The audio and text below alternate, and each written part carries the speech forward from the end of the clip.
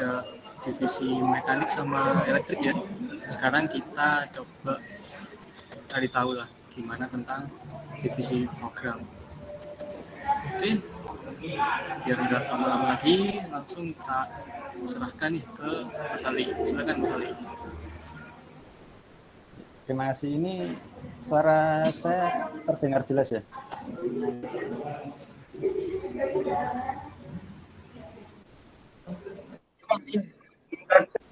Aman sih Mas kalau aku. Aman. Oke. Dari teman-teman? Jelas Mas, jelas. Oke, siap. Izin share screen ya.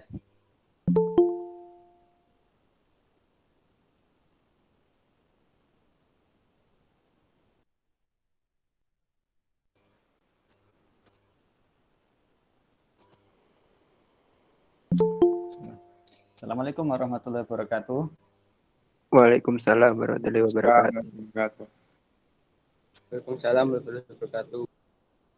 Terima kasih kepada teman-teman Roboholic karena sudah memberikan waktunya hari ini, khususnya untuk Mas Victor. Jadi hari ini saya diberi kesempatan untuk sharing mengenai pembelajaran microcontroller. Saya sendiri Ali Saugi Bilfaqih, Meka Angkatan 19. Lalu untuk pengalaman tim sih ya pernah di KRI, sekarang di KRTI, di subdivisinya teknologi development-nya KRTI. Oke, biar kita nggak berlama-lama langsung aja. Jadi tema yang diusung kali ini itu belajar microcontroller mulai dari mana? Ini kan kadang teman-teman ada yang bingung ya masalah pembelajaran microcontroller, mau mulai dari mana juga bingung, apa yang dipelajari dan lain-lain. Hari ini kita akan bahas. Oke. Ketika disebut kata microcontroller, pasti akan terpikir seenggaknya 4 poin. Pertama, apa itu microcontroller? Lalu apa yang dipelajari atau isi konten yang dipelajari dari microcontroller itu? Lalu roadmap-nya ataupun urutan microcontroller itu sendiri, dan juga sources-nya atau sumber-sumber dalam mempelajari microcontroller. Kita langsung masuk aja ke memang apa sih microcontroller? Jadi pengertiannya ya, microcontroller itu sebuah komputer kecil yang terdapat pada sebuah IC. Di dalamnya itu terdapat prosesor, input output, dan memori. Jadi singkat, kalau ada sebuah sistem, entah itu sistem robotik atau sistem elektronik seperti seperti ya embedded system pada umumnya, itu ketika ada, kan pasti umumnya di suatu sistem ada input, itu mengisi bagian controller ini. Nah, jadi sekarang emangnya apa aja sih yang dipelajari ketika kita mempelajari microcontroller? Seenggaknya ada beberapa poin, yaitu arsitektur ataupun unit internal microcontrollernya itu sendiri, dari IC-nya kita pelajari dari datasheet-nya, lalu interface digital dan analog, input dan output, lalu ada serial communication, itu ada UART, ada I2C, ada SPI, ada timer, ada setting clock, itu nanti pengaplikasiannya untuk PWM, interrupt, ada tipe-tipe memori, ada EEPROM, ada EEPROM, ada juga addressing register. Mungkin teman-teman yang masih kalau kita bisa bilang absolute beginner gitu ya, itu agak merasa asing dengan istilah-istilahnya. Nggak apa-apa kok, itu nanti kita akan pelajari seiring dengan kita mempelajari ilmu-ilmu yang berhubungan dengan microcontroller. Nah, roadmap-nya itu apa sih untuk mempelajari microcontroller itu bagaimana, dan juga apa hubungannya microcontroller dengan disiplin ilmu lain yang berhubungan dengan microcontroller. Seenggaknya kayak gini gambarannya. Microcontroller itu based on atau berbasis atas beberapa ilmu yang saya sebut ini, yaitu basic electronics yang menyangkut elektronik digital dan analog. Sebenarnya lebih dominan digital elektroniknya, meskipun nanti pada pengaplikasiannya kita juga akan mempelajari konsep-konsep atau mengimplementasikan konsep-konsep analog elektronik. Lalu setelah kita belajar digital elektronik itu biasanya kita mulai bisa memahami konsep mikroprosesor. Setelah kita memahami mikroprosesor, itu kan tadi kita seperti yang kita pahami tadi kan, mikrocontroller itu kan adalah sebuah komputer mini yang di situ ada prosesornya, ada peripheralnya, ada memorinya. Jadi untuk memahami, jadi pemahaman kita mengenai mikroprosesor itu adalah bagian dari memahami mikrocontroller. Lalu ada C atau C++ programming, itu menyangkut juga mengenai data structure dan lain-lain, dan juga algoritma. Sebenarnya jadi satu sih pembelajaran C++ sama algoritma, tapi di sini saya pisah karena nanti ada platform dan tool yang pengen saya ceritain agar mempermudah langkah pembelajarannya. Lalu mikrokontrolernya itu sendiri, yang mana kalau kita sudah mempelajari mikrokontroler, kita bisa mengembangkan pada disiplin ilmu yang lainnya, yaitu yang lebih tinggi seperti embedded system, robotics, atau practical control system, dan lain-lain. Sebenarnya ketika kita dalam aplikasinya, nggak ada mikrokontroler itu berdiri sendiri, pasti nanti kan ada hubungannya sama pengaksesan komponen input dan akses output juga. Jadi ketika kita belajar mikrocontroller itu biasanya tetap larinya ke embedded system otomatis. Nah, pastikan nanti kita bertanya-tanya, untuk belajar ini kita apa sih tools yang bisa kita gunakan, atau platform apa yang bisa kita kunjungi atau juga gunakan untuk mempermudah kita mempelajari disiplin-disiplin ilmu ini. Oh, maaf sebelumnya misalnya saya kecepatan, tolong diinterupsi ya, takutnya nanti sulit dipahami atau gimana, silakan aja kalau ada. Oke, sekarang yang basic electronics atau digital electronics atau analog itu bisa kita pelajari pengaplikasiannya. Kalau kita belum punya komponen atau belum punya uang buat beli komponen elektronik, itu bisa menggunakan Proteus. Kita main simulasi IC-IC, terus habis itu komponen-komponen lain yang nanti kita bisa lihat penerapannya itu seperti apa sih, hasilnya seperti apa sih kalau saya merangkai seperti ini dan segala macam. Jadi simulator ini cukup membantu ya kita yang ingin menghemat dulu sebelum benar-benar punya mikrocontroller aslinya.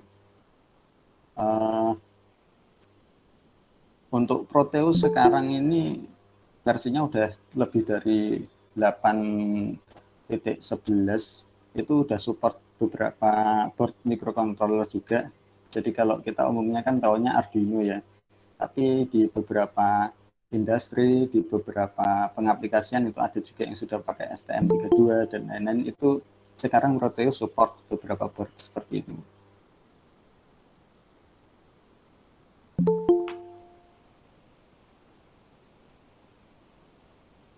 Lalu mikroprosesor pun juga bisa pembelajarannya menggunakan Proteus. Cuma kalau pengaplikasian dalam artian kita memprogram mikroprosesornya itu seperti kita pengen main yang mikroprosesor klasik seperti Zilog 80 gitu. Itu saya belum tahu kira-kira platform ataupun tools untuk codingnya itu pakai apa, untuk coding assembly yang nanti kita bisa ambil hex-nya terus masukin ke mikroprosesor, itu saya sendiri belum nyoba. Mungkin nanti kalau teman-teman ada yang punya informasi tentang itu bisa langsung sharing aja. Nah, untuk C atau C++ programming itu toolsnya bisa menggunakan Visual Studio Code. Sebenarnya di sini nggak harus VS Code. Cuma kalau misalnya dari saya pribadi, secara pengalaman VS Code ini termasuk yang paling memuaskan, karena di VS Code ini sudah tampilannya sederhana, terus habis itu di situ banyak extension yang mana kita bisa hanya menggunakan satu code editor, kita bisa menyusun program untuk banyak bahasa pemrograman, termasuk JavaScript, C, C++, Python, dan lain-lain. Dan itu meskipun awalnya VS Code ini hadir sebagai code editor ini sebenarnya nggak terlalu jauh beda sama Notepad gitu ya. Cuma karena adanya extension ini, kita bisa menggunakan VS Code bahkan sebagai fungsinya sebagai IDE. Jadi udah ada compilernya juga. Bahkan bukan sekedar di compile juga, kita ketika nyusun code itu langsung ada suggestion variabel atau apa, sehingga kita lebih efisien dalam menyusun kode. Menurut saya cukup recommended sih menggunakan VS Code. Nah, algoritma, kenapa saya pisah kok nggak langsung jadi satu aja sama C atau C++ programming tools atau platform untuk berlatihnya? Karena menurut saya sejauh pengalaman saya itu ada beberapa orang yang memang dia bisa mengerti fungsi-fungsi, bukan mengerti fungsi-fungsi sih, dia sudah mempelajari C atau C++ sekedar data type atau fungsi pengulangan kondisional seperti if atau for atau while seperti itu, tapi masih berantakan dalam menyusunnya pada sebuah kode. Artinya tidak runtut lah dalam menyusun program, padahal justru itulah yang penting. Bagaimana kita menyusun sebuah program secara runtut untuk menyelesaikan suatu permasalahan. Itu harusnya kita latih juga kemampuan seperti itu, karena kenyataannya kita ini bukan ketika jadi developer gitu ya, developer microcontroller itu bukan terpaku atas bahasanya, tapi kita justru algoritmanya. Mungkin kalau teman-teman asing dengan istilah algoritma, simpelnya itu algoritma itu gini, ketika kita ingin memasak air kan ada runtutan apa yang harus dilakukan, mulai dari ngambil airnya, meletakkan ditaruh ke panci, pancinya ditaruh di atas kompor, kompornya dinyalakan, sampai habis itu airnya bergelembung, terus kompor dimatikan. Itu kan ada runtutan pekerjaan. Ya, algoritma itu seperti itu sebenarnya, secara simpelnya. Nah, untuk melatih kita menerapkan algoritma, itu bisa kita merancang sebuah permasalahan atau nyari ada permasalahan tertentu, lalu kita terapkan ini ada aplikasi namanya Flowgorithm. Flowgorithm ini jadi seperti aplikasi pemrograman, cuma dia berbasis dengan blok-blok flowchart. Jadi dia bukan pakai bahasa, tapi ya pakai flowchart seperti ini, simbol-simbol. Jadi simbolnya kita program mulai dari start, terus ada panah ke input, terus pemrosesan, terus if dan segala macam. Itu cukup membantu sih untuk melatih skill kita dalam menyusun sebuah algoritma. Selain itu juga ada yang recommended nih, platform namanya Codeforce. Mungkin ini malah cenderung berbau IT lama-lama, karena yang main Codeforce ini biasanya anak-anak IT, anak-anak microcontroller kan biasanya di embedded-nya langsung aja secara low level. Kok malah disaranin Codeforce? Ya karena menurut saya juga itu, kembali lagi ke permasalahan algoritma itu, di Codeforce ini, jadi Codeforce ini sebuah website platform yang di situ banyak permasalahan-permasalahan yang bisa diselesaikan menggunakan pemrograman, bisa pakai C, bisa pakai C++, bahkan bisa pakai Python. Mereka punya compilernya, terus di websitenya itu ada sejenis pengkoreksinya, kode itu sudah bekerja secara benar atau enggak. Itu jadi dengan itu juga akan melatih kita dalam menyusun algoritma. Dan bahkan kalau algoritma tadi kan menyusun algoritma dalam bentuk flowchart ya, sekarang menyusun algoritma pada sebuah kode stasi bisa C++. Nah, untuk microcontroller microcontroller secara hardware kita bisa pakai Proteus tadi, atau kalau kita sudah punya uang bisa beli langsung aja ya apa namanya microcontrollernya, seperti board Arduino Uno, atau boardnya apa STM32 atau ESP, terserah sih. Cuma untuk IDE-nya, pemrogramannya, kalau saya akhir-akhir ini lebih senang pakai platform I/O. Kenapa kok platform I/O? Sebenarnya kalau kita pakai Arduino biasanya kan udah ada yang namanya Arduino IDE, bawaannya dari Arduino. Cuma kalau saya sendiri akhirnya ini lebih senang platform I/O karena platform I/O ini dia bisa cross platform. Jadi satu IDE tapi bisa digunakan untuk coding berbagai macam board microcontroller, termasuk ESP32, ESP8266, Arduino, berbagai macam Arduino Uno, Mini, Pro Mini, lalu apa namanya, ada juga STM32 dan segala macam lah. Dan itu juga nggak terbatas pada framework ataupun cara pemrogramannya Arduino, itu ada juga yang frameworknya STM32 dan lain-lain. Nah, kita bisa dapat platform I/O di mana sih? Ya di VS Code. Itu platform I/O itu salah satu ekstensi dari VS Code itu. Nah, source untuk kita belajar dari mana untuk mempelajari pemrograman? Sebenarnya banyak source itu. Paling dasar sih ya dokumentasi microcontroller yang bersangkutan. Maksudnya website-website yang kita belajar Arduino Uno misalnya, pemrograman Arduino, ya kita buka websitenya arduino.cc untuk lihat apa namanya spesifikasinya Arduino, lalu habis itu apa namanya penggunaan fungsi-fungsi tertentu seperti serial.begin itu kayak gimana, digital read itu penggunaannya seperti apa, dan lain-lain. Juga st.com ini untuk kita ingin mengetahui datasheet dari sebuah chip STM32, itu juga dari situ. Lebih dari situ sih kita mempelajari biasanya dari forum-forum. Banyak sih sumber belajarnya untuk sekarang, banyak. Yang penting pinter-pinter menggunakan search engine aja, apalagi di zaman yang terorientasi pada data seperti sekarang ini ya. Orang yang paling bijak menggunakan search engine, dia yang paling bisa menyesuaikan, bisa adaptasi dengan kondisi, dan dia bisa mengumpulkan ilmu sebanyak mungkin. Nah, selain itu juga ada promosi terselubung ya. Di sini saya juga mengupload beberapa konten salah satunya juga pemrograman microcontroller STM32 terakhir yang saya upload di channel YouTube saya di Alisa Lagi. Di situ juga ada sosmed saya. Artinya di sini kalian juga, di situ ada playlist, kalian bisa lihat untuk memulai belajar pemrograman. Baru STM32 sih, saya belum bikin konten yang lebih mendasar dari itu.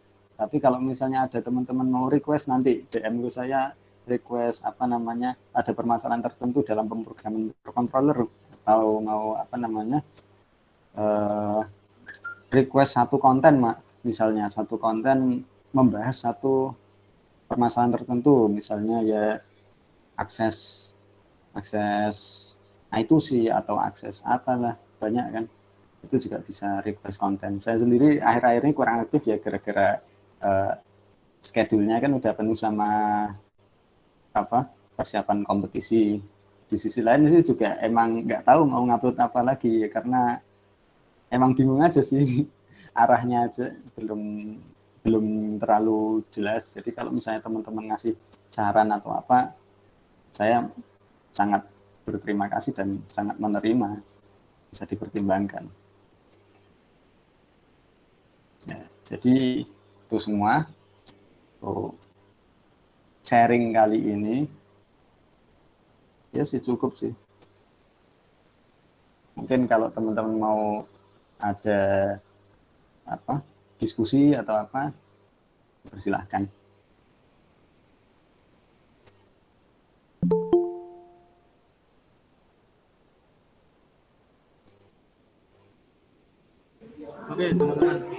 itu ada beberapa ya pendahuluan yang bisa dibagi sama Mas Ali buat next kita apain sih di divisi program.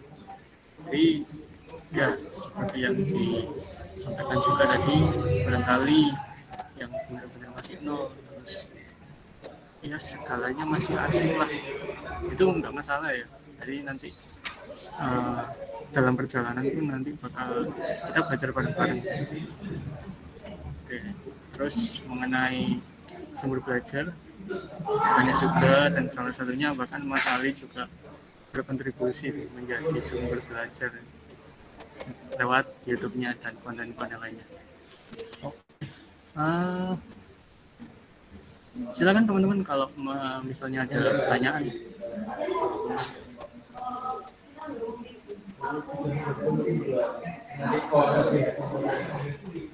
Bisa on-mic ataupun lewat chat ya, langsung ya. Jadi kita singkat aja nih hari ini. Next lah kita coba lebih dalam tentang nanti. Oke, silakan teman-teman.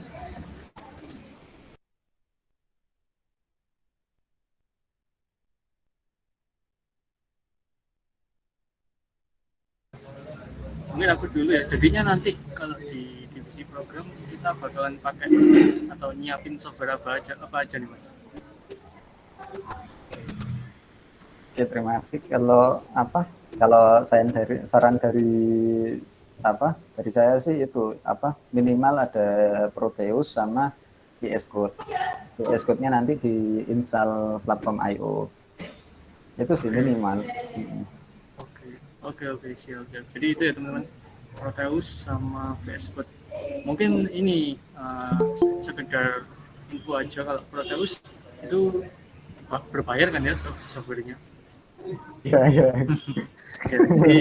Jadi buat belajar nggak apa-apa lah, nge-crack dulu. Nanti kalau lebih advance ya cobalah berpindah ke jalur legal. Nggak baik nge-crack. Belajar aja nggak apa-apa. Kalau VS Code-nya gratis. Mungkin nanti di grup tak sharing juga, barangkali teman-teman yang nggak nemu buat link download si Proteus-nya, nanti coba tak share juga aja. Oke, itu mengenai software itu ya, 2 itu aja teman-teman. Nah, sip. Oke, ya silakan, barangkali ada pertanyaan yang lain.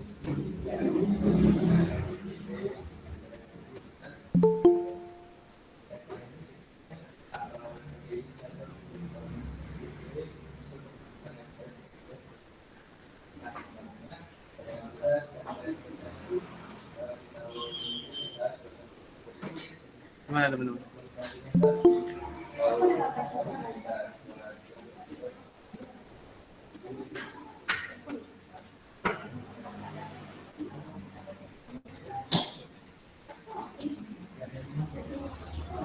Itu ada ada pertanyaan ya di kolom chat. Mas, apakah hanya pakai bahasa C aja?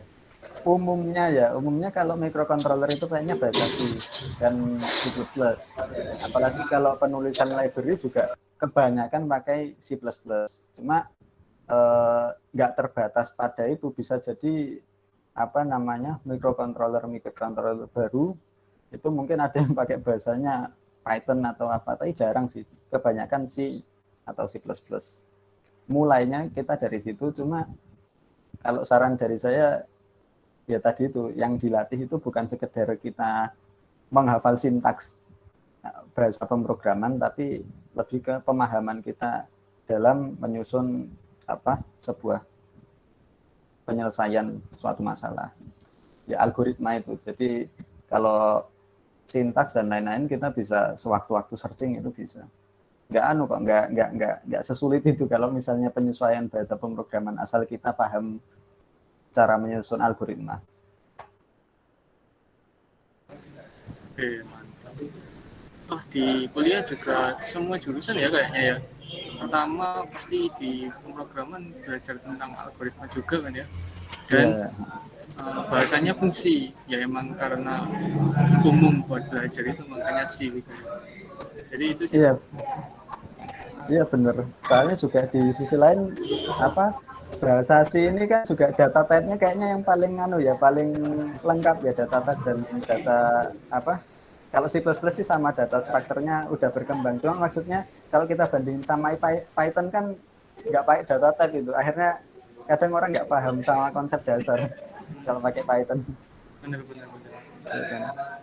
Terus lama juga kayak apa ya bahasa legend lah. Jadi dokumentasi di Ya. manapun itu banyak gitu. Nemu masalah pokoknya bisa ngutek search engine, nemu itu pasti ke solve. Siap. Siap. Oke, ini ada next pertanyaan. Pertanyaan. Dulu Arduino SP atau STM? Sebenarnya umumnya sih ya kalau hobis biasanya pasti mulainya dari Arduino kan ya. Nggak apa-apa sih kita mulai dari Arduino secara praktikalnya, secara praktis pakai Arduino dulu. Nanti habis itu kita berkembang ke STM32 atau ESP. Sebenarnya kalau kita bisa Arduino, rata-rata sih untuk zaman sekarang ya itu udah gaya pemrogramannya, frameworknya itu udah pada pakai framework Arduino kebanyakan. Meskipun kalau kalian mau lebih profesional lagi, itu setelah belajar Arduino, saran saya mulai belajar yang lebih konsep dari itu, seperti pemrograman yang berbasis addressing register atau kalau sekarang kita mengenal dengan istilah bare metal. Tak tulisnya. Kita nggak usah langsung ke situ dulu karena untuk orang yang belum terbiasa dengan dunia mikroprosesor itu biasanya agak merasa asing dengan bare metal. Cuma di dunia yang lebih profesional industri itu biasanya orang-orang programmer pakainya bare metal. Masalah board kita mulai dari apa ya? Ya itu tadi kita pakai Arduino pun tidak masalah, Arduino dulu.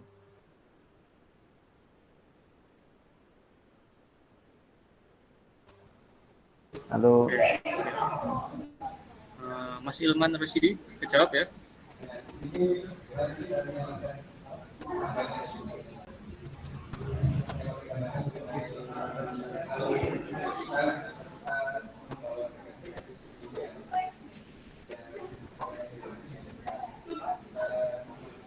Mas Ilman Rosidi, apakah sudah terjawab? Kalau misalnya sudah, saya lanjut ke pertanyaan selanjutnya. Nah, ya.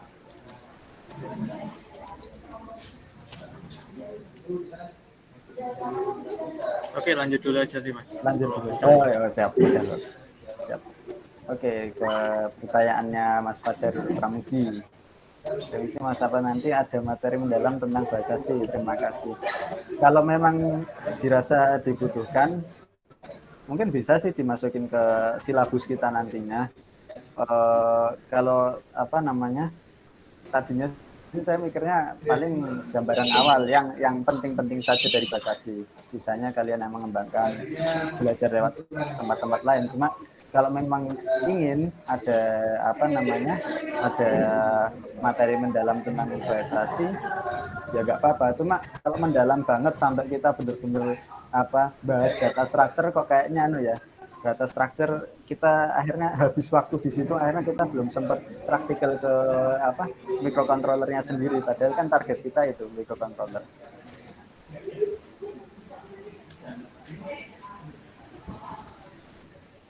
Oke, itu aja. Terus aku nambahin sih, ngomong-ngomong tentang nanti pendalaman materi, kayaknya nggak bisa lepas sih kalau kita simulasi sama nanti praktikal langsung ke device-nya, itu kan beda ya harusnya. Nah, di kampus sempat kita omongin ya tempo hari, di kampus emang dari UKM itu ada beberapa ya komponen gitu ya, bisa mendukung pembelajaran. Ya semoga aja lah secepatnya, apalagi kayak ada kabar baik, entah beneran baik atau nanti nggak jadi ke kampus lagi ya semoga aja lah kita bisa kampus dan belajar langsung pakai komponennya. Itu sih tentang nanti materinya berikutnya. Oke, kita next ke pertanyaan Mas Daniel Buddha.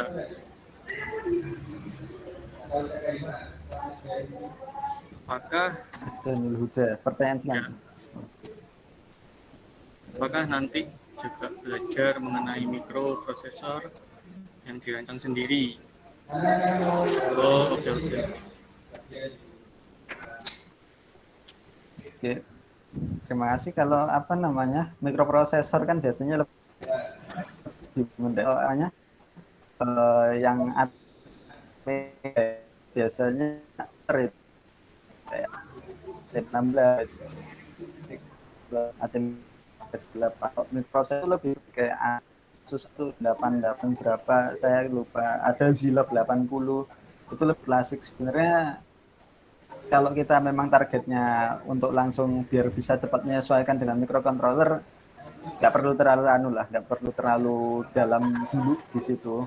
Kita praktikal aja. Toh nanti yang kalian yang belajar di LK atau di Meka atau di apa di Tekkom itu biasanya dapat dapat mata kuliah mengenai mikroprosesor. Nanti kalian bisa mendalaminya di situ. Adapun kalau kita di sini mungkin kita bisa skip dulu, bukan skip sih, gambaran umum aja, tapi selanjutnya sih kita lebih mendalam di pengaplikasian mikrokontrolernya.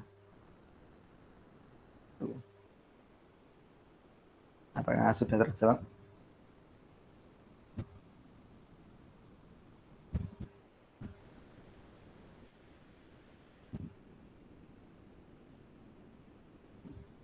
Terima kasih kembali. Oke, ya. Ya, teman-teman yang lain barangkali ada lagi.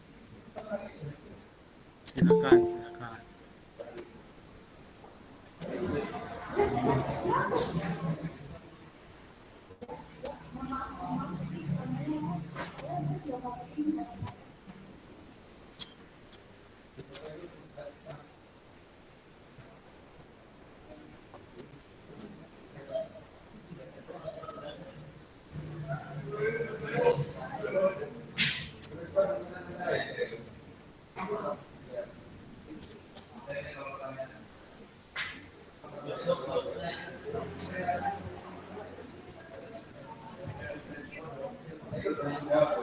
Gimana teman-teman?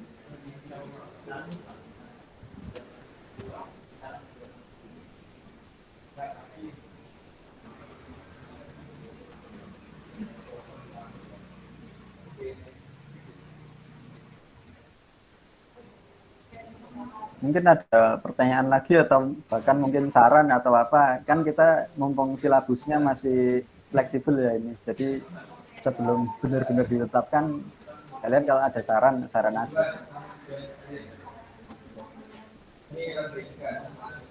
Oh iya. Ya kayak member kayak yang tadi ya, tentang mengenai pendalaman, misalnya nanti perlu juga nggak apa-apa, ya nggak disampaikan udah dari sini gitu, nggak masalah. Jadi kita bisa lah coba sambungin ke jalur biar bisa belajar itu juga nantinya. Betul.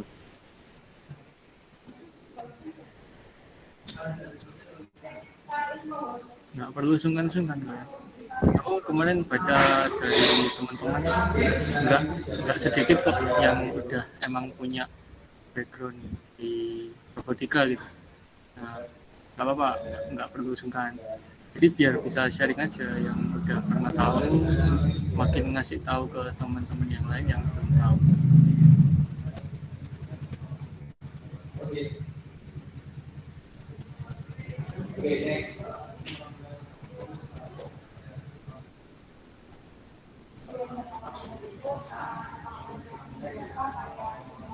Silakan ya teman-teman.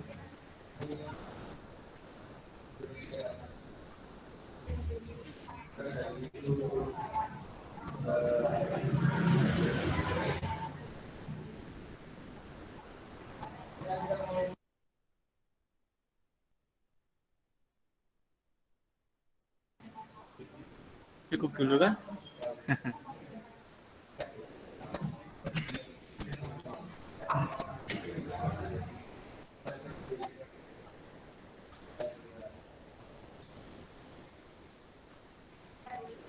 mungkin karena emang pendahuluan ya.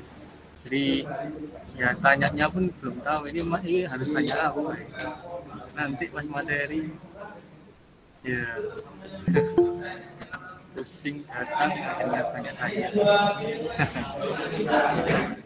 dan biar nanti gampang Mas Ali tak masukin ke grup teman-teman gitu ya. Jadi barangkali ada yang tanya biar lebih enak gitu langsung jawab. Iya, itu ya Mas Ali ya. Boleh. Siap.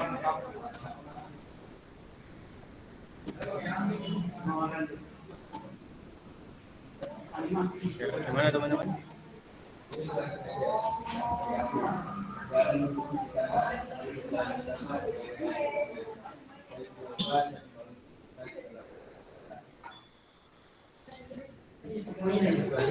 Cukup kah? Kalau cukup ya nggak apa-apa sih, jangan cukup aja.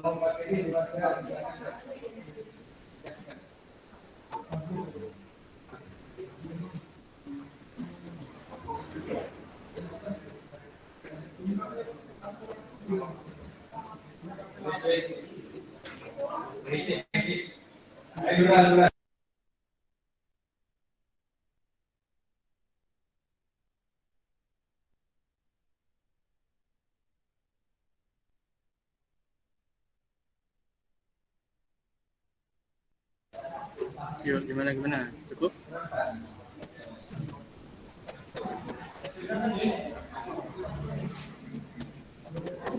Kayaknya cukup deh, Mas.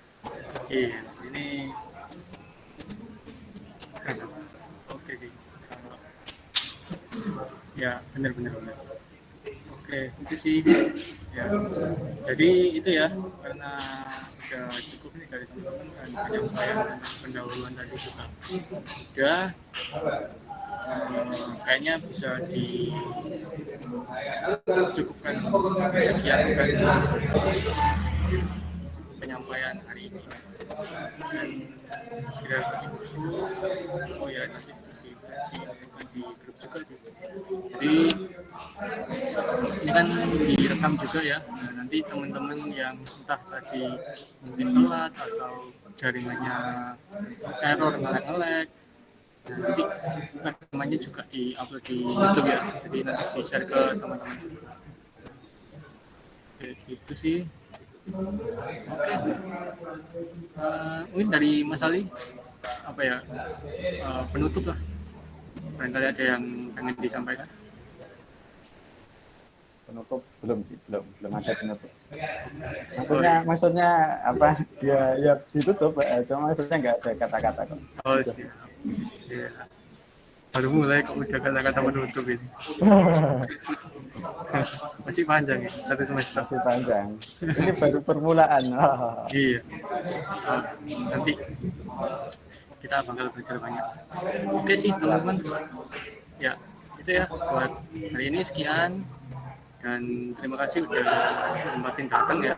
Walaupun banyak teman-teman yang sudah datang karena ada yang kuliah, ada yang keperluan lain. Iya, banyak juga ya ternyata yang kuliah malam gitu. Nggak apa. Oke, dari aku terima kasih sekali lagi dan mohon maaf kalau misalnya ada kata-kata yang kurang mengenakan baik buat teman-teman angkatan 2021, 2020 maupun Mas Ali. Jadi ya sekian buat malam ini. Saya akhiri. Assalamualaikum warahmatullahi wabarakatuh. Waalaikumsalam warahmatullahi Waalaikumsalam. warahmatullahi wabarakatuh. Terima kasih Mas. Yuk sama-sama. Waalaikumsalam. Terima kasih. Terima kasih, Mas. Ah, Sama-sama. terima kasih.